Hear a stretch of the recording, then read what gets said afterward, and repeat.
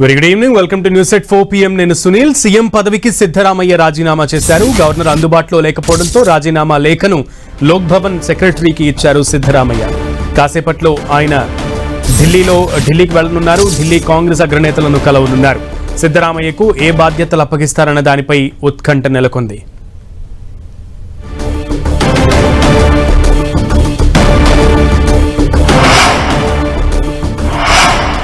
CM పదవికి సిద్ధరామయ్య రాజీనామా చేశారు. గవర్నర్ అందుబాటులో లేకపోవడంతో రాజీనామా లేఖను లోక్ భవన్ సెక్రటరీకి ఇచ్చారు.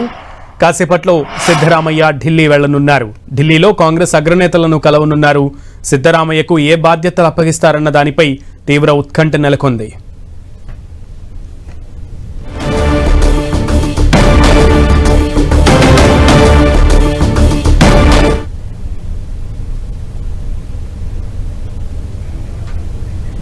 లోక్ భవన్ సెక్రటరీకి తన రాజీనామా లేఖను సమర్పించిన అనంతరం ప్రజలను ఉద్దేశించి కర్ణాటక ప్రభుత్వం ఇన్నాళ్లు చేసినటువంటి సిద్ధరామయ్య ఆధ్వర్యంలో చేసినటువంటి పనులన్నింటినీ గురించి కూడా వివరించి అధిష్టానం నిర్ణయం మేరకే నడుచుకుంటానంటూ కూడా తెలిపి కాసేపట్లో ఢిల్లీకి అయితే పయనం కాబోతున్నారు. పూర్తి సమాచారం మా ప్రతినిధి గోపిని అడిగి తెలుసుకుందాం. గోపి,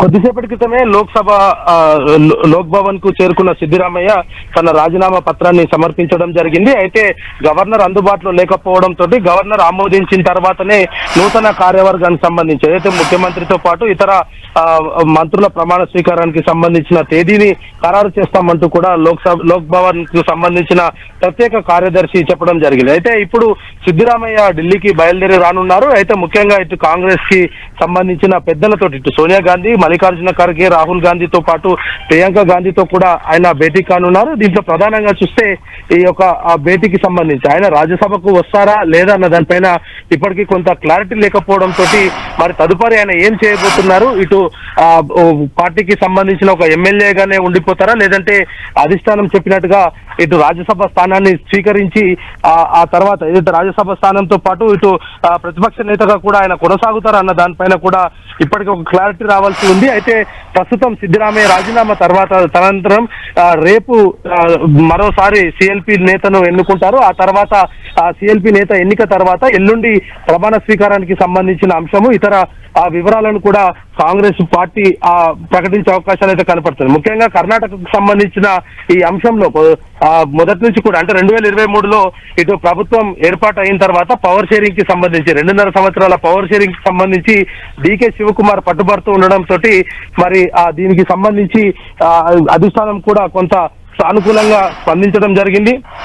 సిద్ధరామయ్య తోటి రాజీనామా చేయించి డీకే శివకుమార్ ను ముఖ్యమంత్రిగా ప్రకటిస్తూ నిర్ణయం తీసుకోవడం జరిగింది. సో డీకే శివకుమార్ ప్రమాణ స్వీకారం ఎప్పుడు ఉండబోతుంది, ఆయన ముఖ్యమంత్రిలో ఎవరెవరు పార్టిసిపేట్ చేయబోతున్నారు అంటే ఆయన క్యాబినెట్ పోర్ట్ఫోలియోస్ లో ఎవరెవరు మంత్రులుగా ఉండబోతున్నారు అన్న దానిపైన కూడా ఇంకా ఒక క్లారిటీ రావాలి. ప్రస్తుతం మాత్రం సిద్ధరామయ్య రాజీనామా పత్రాన్ని సమర్పించిన అనంతరం ఆయన ఢిల్లీకి రానున్నారు. ఢిల్లీకి వచ్చిన అనంతరం పెద్దలతో మాట్లాడిన తర్వాత తదుపరి నిర్ణయాన్ని కార్యాచరణలో ప్రకటిస్తానంటూ కూడా ఆయన చెప్పారు. కానీ ఇప్పటికే ఆయన సమీప వ్యక్తులు కావచ్చు, ఆయన అభిమానులు కావచ్చు రాష్ట్రంలోనే ఉండాలి, ఎట్టి పరిస్థితుల్లో కూడా దేశ రాజకీయాలకు వెళ్లాల్సిన అవసరం లేదంటూ చెప్పడం జరిగింది. కానీ అధిష్టానం కూడా ఇప్పటికే ఇటు ఒక క్లారిటీ ఇవ్వడం జరిగింది. సిద్ధరామయ్య సేవలు రానున్న రోజుల్లో ఇటు హైకమాండ్ ఏదైతే మల్లికార్జున ఖర్గే స్థానాన్ని భర్తీ చేయటకు సిద్ధరామయ్యను వాడుకోవాలన్న ఉద్దేశంతో ఈ యొక్క నిర్ణయం తీసుకున్నట్టుగా కూడా ఇప్పటికే సిద్ధరామయ్యకు తెలపడం జరిగింది. మరి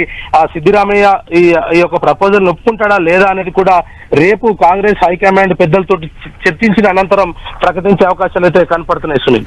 okay Gopi, keep updating us Gopi. Thank you. Karnataka ముఖ్యమంత్రి పదవికి సిద్ధరామయ్య రాజీనామా చేశారు. డీకే శివకుమార్ తో కలిసి ఆయన లోక్ భవన్ కు వెళ్లి రాజీనామా లేఖను సమర్పించారు. లోక్ భవన్ లో గవర్నర్ థావర్ చంద్ గెహ్లాట్ అందుబాటులో లేకపోవడంతో ఆయన కార్యదర్శికి సిద్ధరామయ్య తన రాజీనామా పత్రాన్ని అందజేశారు. ఈ విషయాన్ని గవర్నర్ ప్రత్యేక కార్యదర్శి ధృవీకరించారు. సీఎం రాజీనామా లేఖను తీసుకున్నామని, గవర్నర్ తిరిగొచ్చాక దీనిపై నిర్ణయం తీసుకుంటారని ప్రకటించారు. గెహ్లోట్ ఇవాళ సాయంత్రం బెంగళూరు చేరుకోనున్నారు. ఇక కాంగ్రెస్ హైకమాండ్ సూచనతోనే సీఎం పదవి నుంచి తప్పుకున్నట్లుగా ప్రకటించారు సిద్ధరామయ్య. నిబంధనల ప్రకారం ముఖ్యమంత్రి పదవికి రాజీనామా చేశానన్నారు. దాన్ని గవర్నర్ ఆమోదిస్తారనే విశ్వాసం ఉందన్నారు. అసెంబ్లీలో కాంగ్రెస్ కు సంపూర్ణ మెజారిటీ ఉందన్నారు. రాజ్యాంగబద్ధంగా కొత్త ప్రభుత్వం ఏర్పడుతోందన్నారు. ఇప్పటి వరకు ప్రభుత్వ నిర్వహణలో సహకరించిన అందరికీ కృతజ్ఞతలు తెలిపారు. సీఎంగా అవకాశం ఇచ్చిన సోనియా, రాహుల్ ఖర్గేకు ప్రత్యేక ధన్యవాదాలు తెలిపారు. రాజ్యాంగమే తమ ధర్మమని, ప్రజలే తమకు దేవుళ్లు అన్నారు. హైకమాండ్ ఆదేశాలకు అందరం కట్టుబడి ఉంటామన్నారు. అధిష్టానం భవిష్యత్తులో ఏ బాధ్యతలు అప్పగించినా స్వీకరిస్తానన్నారు సిద్ధరామయ్య. తన రాజకీయ ప్రస్థానాన్ని, పదవీ కాలాన్ని గుర్తు చేసుకుంటూ సిద్ధరామయ్య కాస్త భావోద్వేగానికి లోనయ్యారు. తాను పొరపాటున రాజకీయాల్లోకి వచ్చానన్నారు. తమ కుటుంబంలో అంతకు ముందు ఎవరూ రాజకీయాల్లో లేరని గుర్తు చేశారు. 2006లో కాంగ్రెస్లో చేరినప్పటి నుంచి హైకమాండ్ తనను ఆదరించిందన్నారు. సీఎం అవుతానని కలలో కూడా అనుకోలేదన్నారు. అలాంటిది ముఖ్యమంత్రిగా, ప్రతిపక్ష నేతగా 2 సార్లు సేవలందించానన్నారు. మేనిఫెస్టోలో ఇచ్చిన 160 హామీల్లో 158 నెరవేర్చామన్నారు. మొదటి ఏడాదిలోనే 5 గ్యారంటీలు అమలు చేశామని, తనపై ప్రతిపక్షాలు వదంతులు ప్రచారం చేశాయన్నారు. అయినా వెనకడుగు వేయకుండా పనిచేశానన్నారు సిద్ధరామయ్య.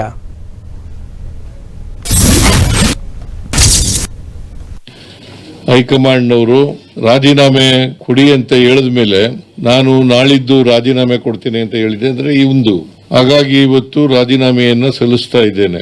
ರಾಜ್ಯಪಾಲರು ನನ್ನ ರಾಜೀನಾಮೆ ಪತ್ರವನ್ನ ಅವರು ಬಂದ ಮೇಲೆ ಅಂಗೀಕಾರ ಮಾಡ್ತಾರೆ ಅಂತೇಳಿ ಸಂಪೂರ್ಣ ವಿಶ್ವಾಸ ಇದೆ. ಯಾಕಂದ್ರೆ ಸಂವಿಧಾನದ ಪ್ರಕಾರ ಮಾಡಲೇಬೇಕು. ಅವರು ಪ್ರೊಸೀಜರ್ ಏನ್ ಮಾಡ್ತಾರೆ ಅದು ಅವ್ರಿಗೆ ಬಿಟ್ಟದ್ದು. ಆದ್ರೆ ಒಂದ್ಸಾರಿ ಮುಖ್ಯಮಂತ್ರಿಗಳು ರಾಜೀನಾಮೆ ಕೊಟ್ಟ ಮೇಲೆ ಅಂಗೀಕಾರ ಮಾಡಿ ಮುಂದಿನ ಮುಖ್ಯಮಂತ್ರಿಗೆ ಅವಕಾಶ ಮಾಡಿಕೊಡ್ಬೇಕಾಗಿರ್ತಕ್ಕಂಥದ್ದು ಅವರ ಜವಾಬ್ದಾರಿ. ನಮ್ಮ ಪಕ್ಷ 135+1